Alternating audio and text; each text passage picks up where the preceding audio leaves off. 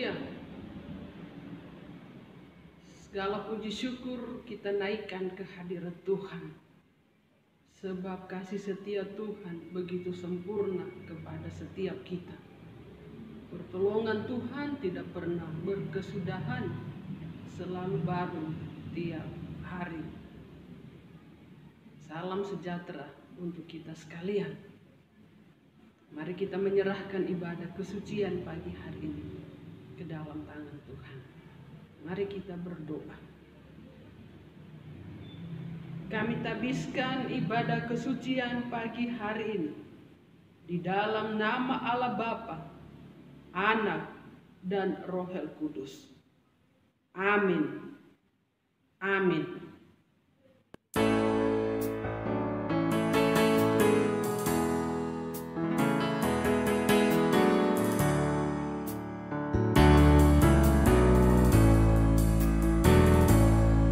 Ku perlu Tuhan sertaku, tak ku jalan sendiri. Hadiratnya membutuhkan,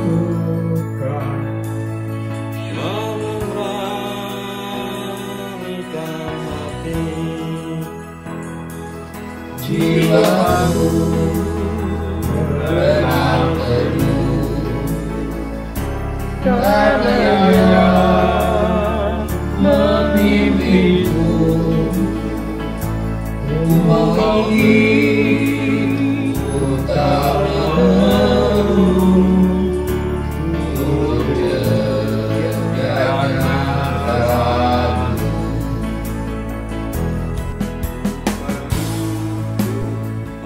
sertaku beberapa lagi.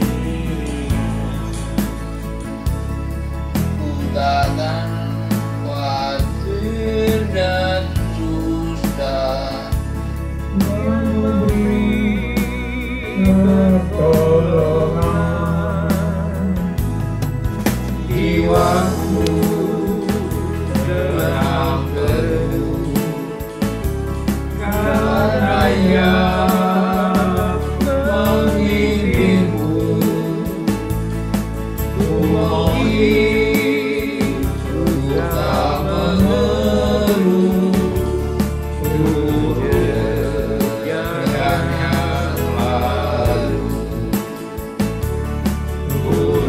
ku jangan malu.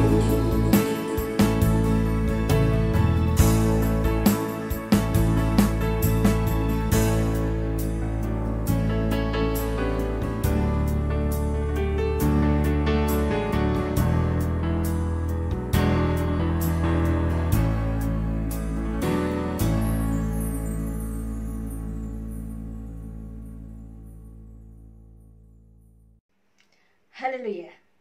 Salam sejahtera bagi Bapak Ibu Saudara sekalian yang diberkati Tuhan.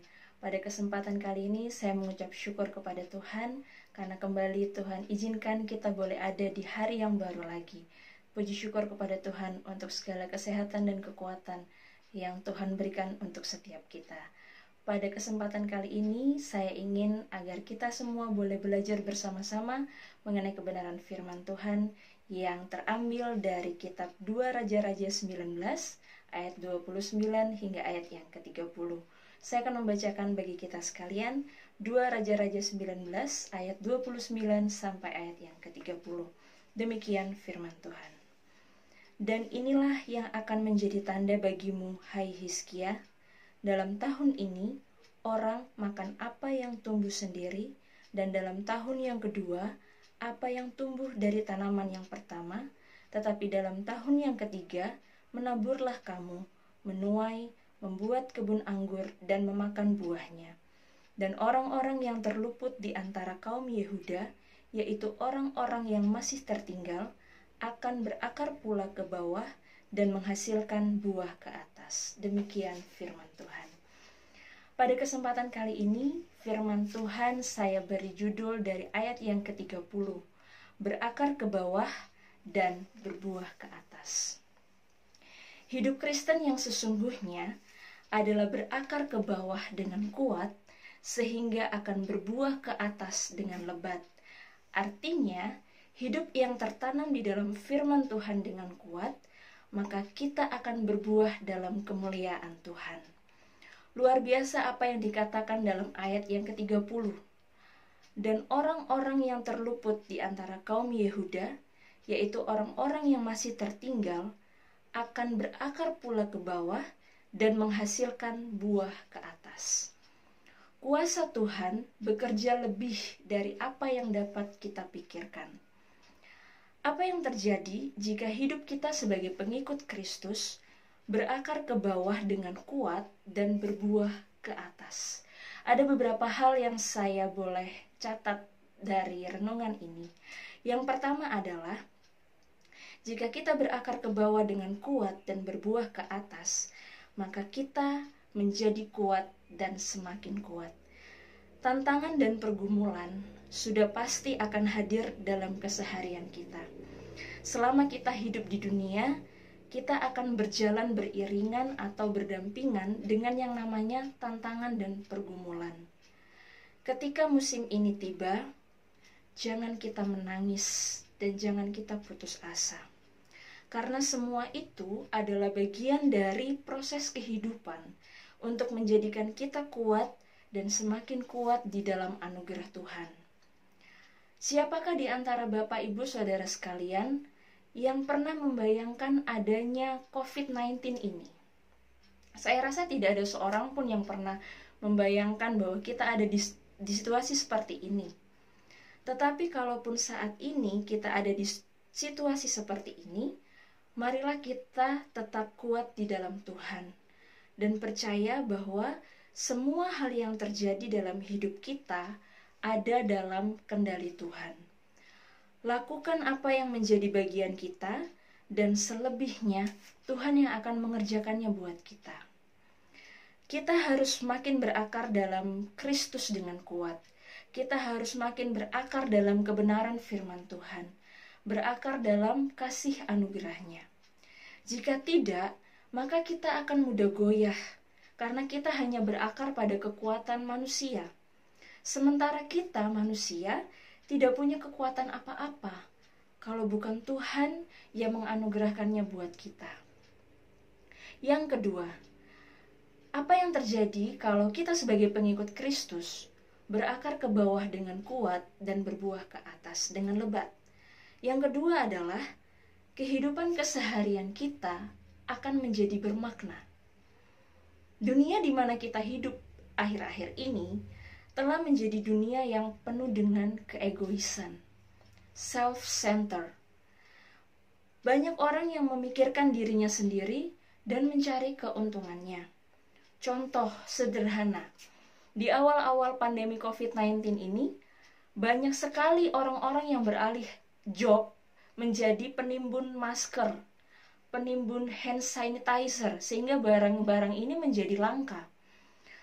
Kemudian banyak orang yang dalam situasi seperti ini, mereka tetap saja berpergian tanpa memikirkan tenaga medis. Mereka tidak memikirkan orang-orang yang rentan terkena COVID-19 ini. Mereka terlalu egois. Mereka hanya berpikir yang penting saya aman, yang penting saya untung.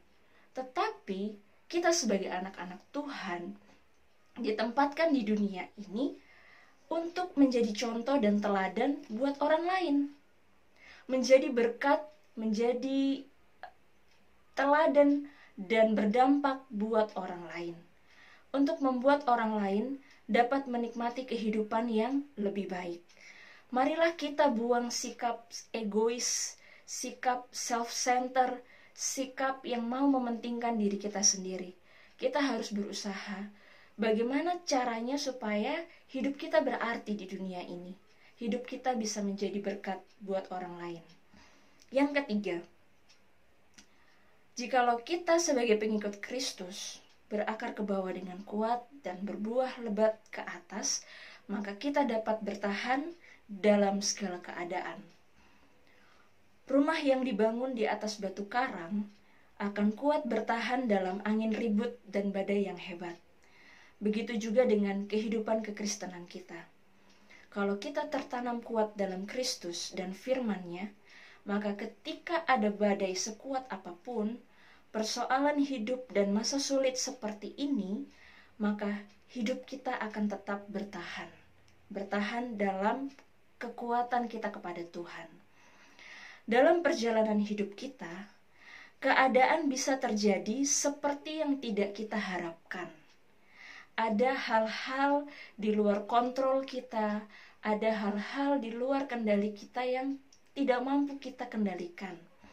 Banyak planning, banyak rencana yang sudah kita susun, harus tertunda, bahkan gagal terrealisasi. Tetapi dengan iman yang kuat, saat ini kita dimampukan kembali untuk dapat sabar. Sabar menunggu waktunya Tuhan. Menunggu dengan penyerahan penuh kepada kehendak-Nya. Inilah kuncinya. Sabar menunggu waktu Tuhan dengan penyerahan penuh kepada kehendak-Nya. Berserah penuh kepada kehendak Tuhan. Bukan kepada keinginan kita, bukan pada kehendak kita, tetapi kehendak Tuhan. Itu yang harus jadi dalam kehidupan kita. Yang terakhir, saat kita berakar ke bawah dengan kuat dan berbuah ke atas dengan lebat, maka kita dapat menjadi seperti yang diinginkan oleh pemiliknya.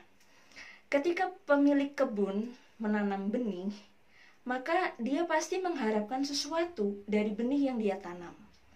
Begitu pula dengan Allah kita. Dia menanam benih lewat darah-Nya yang tertumpah di kayu salib untuk menebus kita.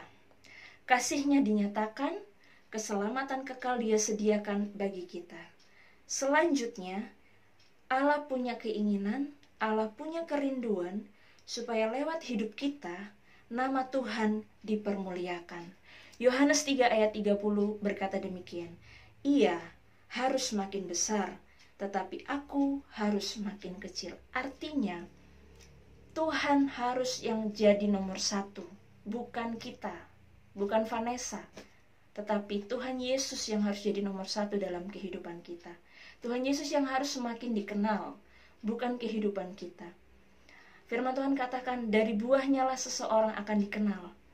Kita mau kenalkan Tuhan seperti apa? Itu yang harus kita ingat, bahwa orang lain lihat Tuhan Yesus dalam kehidupan kita. Jadi, Tuhan Yesus makin besar dalam hidup kita dan kita harus makin kecil. Kita harus ingat bahwa Tuhan yang harus dipermuliakan dalam hidup kita, bukan kita. Kita rindu supaya orang lain boleh menikmati kesejukan, boleh menikmati damai sejahtera, boleh menikmati damai sukacita sorga, itu melalui kehidupan kita. Perkenanan Tuhan menjadi nyata bagi setiap orang yang berakar kuat di dalam Kristus dan firman-Nya. Dan yang selanjutnya, berbuah lebat untuk kemuliaan nama Tuhan. Sampai di sini renungan singkat kita pada saat ini. Saya berdoa agar kita boleh semakin hari semakin berakar kuat di dalam Tuhan. Dan kita boleh berbuah lebat bagi kemuliaan nama Tuhan. Tuhan dipermuliakan dan kita sekalian diberkati. Tuhan Yesus memberkati kita sekalian. Terima kasih. Amin. Haleluya. Pulanglah saudara-saudara yang diberkati Tuhan dengan sukacita dan dengan damai sejahtera yang daripada Allah. Kita berdoa menerima berkat dari Tuhan. Arahkan hati dan pikiranmu kepada Tuhan. Terimalah berkat-Nya. Allah sumber pengharapan memenuhi kamu dengan segala sukacita dan damai sejahtera dalam iman kamu, supaya oleh kekuatan Roh Kudus kamu berlimpah-limpah dalam pengharapan. Tuhan memberkati engkau dan melindungi engkau. Tuhan menyinari engkau dengan wajah-Nya dan memberi engkau kasih karunia. Tuhan menghadapkan wajah-Nya kepadamu dan memberi engkau damai sejahtera. Kiranya kasih karunia dari Tuhan kita Yesus Kristus akan terus menyertai jemaat-jemaat sekalian, mulai hari ini, esok, bahkan sampai selama-lamanya. Amin. Amin. Tuhan memberkati kita masing-masing.